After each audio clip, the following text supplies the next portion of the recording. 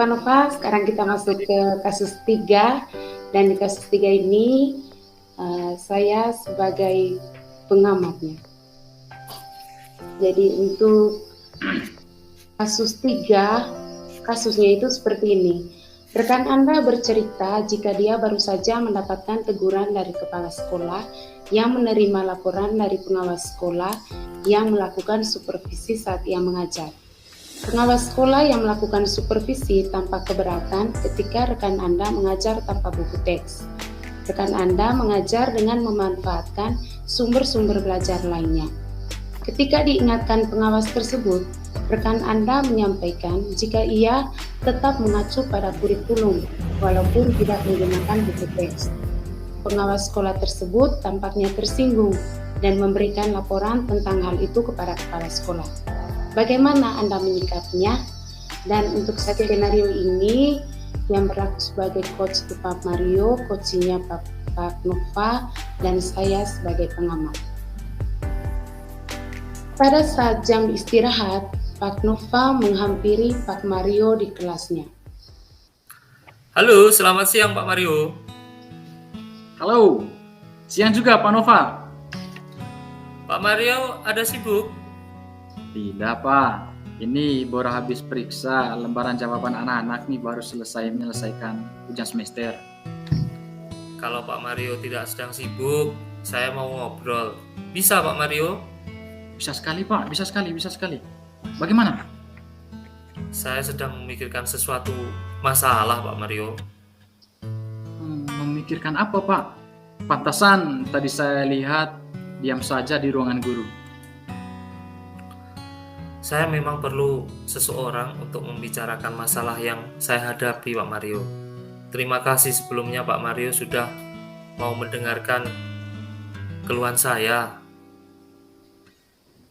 Jadi apa nih yang bisa saya bantu dan apa yang ingin Pak Nova capai dari pembicaraan kita ini?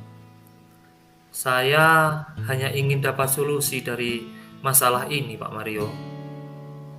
Oh gitu. Ada lagi Pak Nova?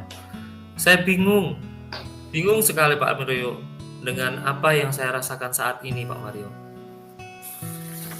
Oh, coba ceritakan apa yang Pak Nova rasakan saat ini. Jadi begini Pak Mario, saya baru saja mendapat teguran dari kepala sekolah karena kepala sekolah menerima laporan dari Bapak pengawas yang melakukan supervisi saat saya mengajar. Bapak pengawas sekolah yang melakukan supervisi tampaknya keberatan ketika saya mengajar tanpa menggunakan buku teks Pak Mario. Oh begitu. Kalau boleh tahu, apa yang membuat Pak Nova mengajar tanpa buku teks? Begini Pak Mario, saat supervisi saya mengajar dengan memanfaatkan sumber-sumber belajar lainnya.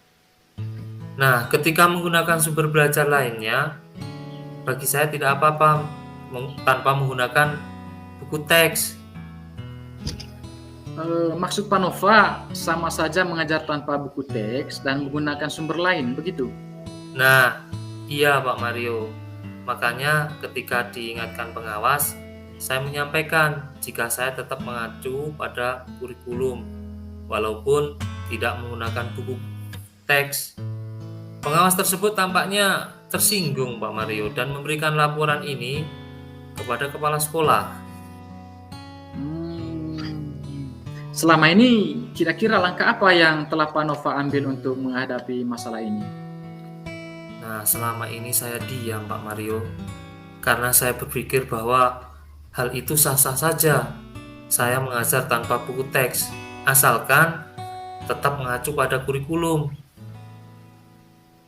Apakah Pak Nova pernah mendiskusikan ini dengan kepala sekolah sebelumnya? Belum Pak Mario. Ketika saya mendapat teguran dari kepala sekolah, saya diam saja. Sebenarnya saya merasa tidak nyaman Pak Mario. Baik. Lalu menurut Pak Nova, kira-kira apa sebaiknya dilakukan sekarang? Saya sebenarnya tadi ingin bertemu dengan Bapak Kepala Sekolah untuk menjelaskan hal ini Pak Mario. Terus mengapa tidak Pak Nova lakukan? Saya merasa tidak perlu menjelaskan karena pasti kepala sekolah akan memarahi saya dan tidak mendengarkan penjelasan dari saya, Pak Mario. Eh, apakah menurut Pak Nova kepala sekolah akan marah dan tidak mendengarkan Bapak? Bapak kan tahu bagaimana kepala sekolah kita. Tidak mungkin dia tidak mendengarkan penjelasan dari Pak Nova. Iya juga sih, Pak Mario. Bapak kepala sekolah itu kan sangat baik sekali. Pastinya beliau bisa mendengarkan apa alasan saya. Iya, betul itu Pak Nova. Nah, kenapa Bapak tidak coba saja? Itu kan dapat menyelesaikan masalah Bapak dan pastinya akan membuat Bapak merasa nyaman lagi. Benar juga, Pak Mario ya. Harusnya tadi saya menemui Bapak kepala sekolah. Benar Pak Nova. Nah, baik Pak Nova. Setelah menemui Pak Kepala Sekolah, kira-kira apa nih yang akan Bapak sampaikan kepada Bapak Kepala Sekolah? Saya akan menjelaskan bahwa saya menggunakan sumber belajar lain yang mengacu pada kurikulum. Jadi walaupun tidak menggunakan buku teks, saya tetap memenuhi tuntutan kurikulum, Pak Mario. Baik Pak Nova, bagus sekali itu. Ayo lakukan terus. Pak Nova, terus menurut Pak Nova, apa yang menjadi kekuatan Bapak untuk membuat Bapak yakin tetap mengacu pada kurikulum walaupun menggunakan sumber-sumber belajar lain? Menurut saya akan menunjukkan data nilai siswa saya. Hmm? Hasil belajar mereka bagus. Selain itu, mereka bersemangat dan aktif di dalam kelas. Walaupun akhir-akhir ini ada beberapa siswa yang kesulitan karena mereka susah mengingat materi ketika tidak membaca buku teks, Pak Mario. Apakah menurut Pak Nova itu tidak mempengaruhi prestasi mereka nantinya? Iya juga sih, Pak Mario. Saya juga berpikir begitu. Mereka akhirnya tidak maksimal dalam memahami materi. Nah, coba Pak Nova pikirkan lagi soal kritikan pengawas itu kemarin. Benar juga, Pak. Sepertinya masukan itu benar. Saya harus memperhatikan lagi kebutuhan belajar siswa saya. Beberapa siswa saya tetap butuh buku teks untuk memahami materi tersebut. Iya Pak Nova. Jadi apa yang Bapak Nova akan lakukan sekarang? Saya ingin dan akan bertemu dengan kepala sekolah untuk membicarakan tentang masalah ini, Pak Mario. Ya, ide bagus itu Pak Nova. Jadi kita harus lakukan sekarang Pak Nova. Terus ada lagi yang akan Pak Nova lakukan? Saya akan berencana menambah buku teks dalam sumber belajar saya, sehingga kebutuhan belajar siswa saya terpenuhi semuanya, Pak Mario. Iya ya, betul-betul. Nah, selanjutnya apa rencana Pak Nova untuk mencapai tujuannya?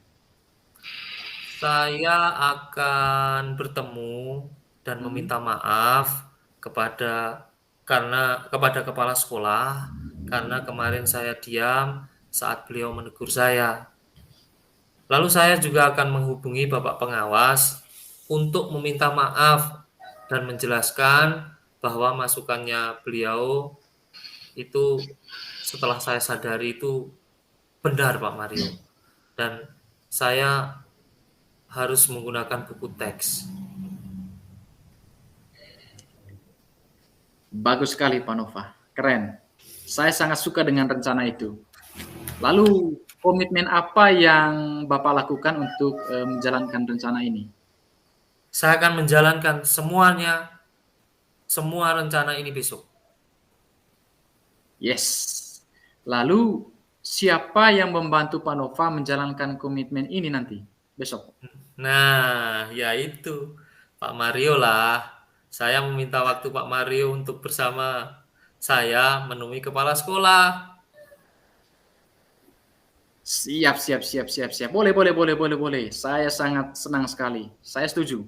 Sepertinya itu sangat baik untuk dilakukan Pak Nova. Baik Pak Mario, terima kasih banyak Pak Mario sudah meluangkan waktu untuk mendengar cerita saya, memberikan solusi, dan ini sudah saatnya masuk kelas Pak Mario, lonceng sudah berbunyi. Mari kita masuk kelas Pak Mario. Ada jam Ya, tidak tadi Pak sama-sama, Mario? Pak. Ada Pak Nova. Ya, sama-sama ini. Saya juga akan mengajar di kelas selanjutnya.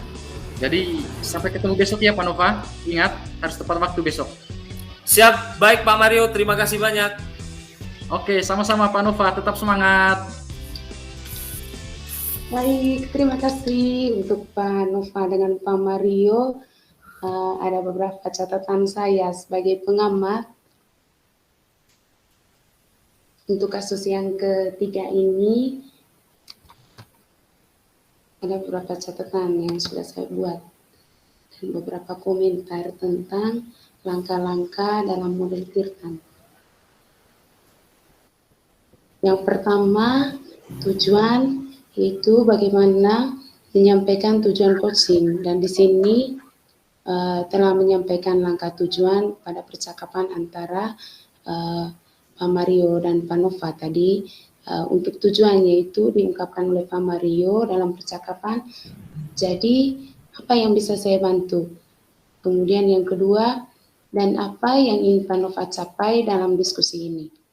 Kemudian langkah kedua, identifikasi, memberikan pertanyaan-pertanyaan dan umpan balik yang mengarah pada identifikasi potensi coaching. Untuk yang ini juga dalam percakapannya itu telah menyampaikan langkah identifikasi, yaitu pada kalimat, coba ceritakan apa yang Pak Nova rasakan saat ini.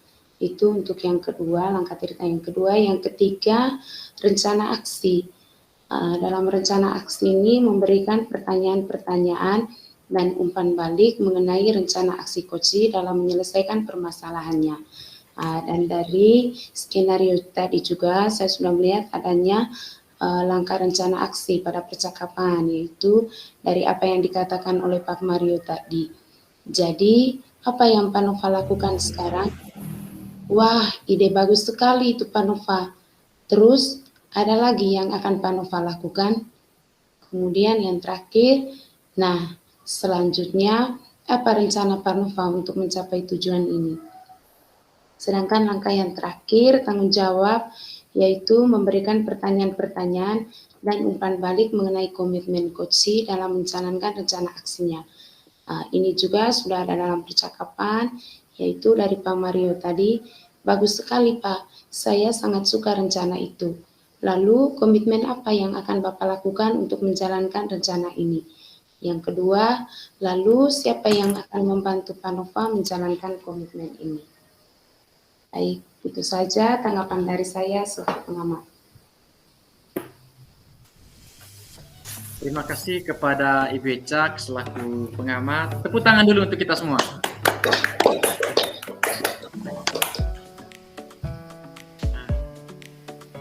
Ya baik, Bapak Herman dan juga Bapak Frans, demikian proses praktik coaching model Tirta dari kelompok kami, yaitu kelompok 2 kelas B.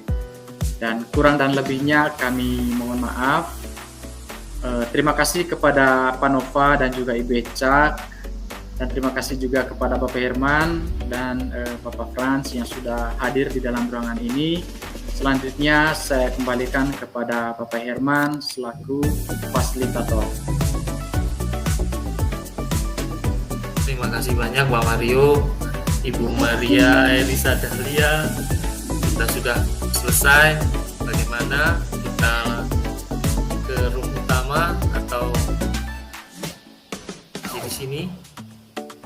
Mungkin alangkah baiknya kita informasikan dulu ke grup. Mungkin ada hal yang perlu disampaikan karena memang masih rekan. Kemudian mungkin yang jelas Bapak Herman tidak mendengarkan kita dan juga Bapak Frans. Takut nanti ada gangguan. Mungkin kita hanya perlu melaporkan bahwa kita telah menyelesaikan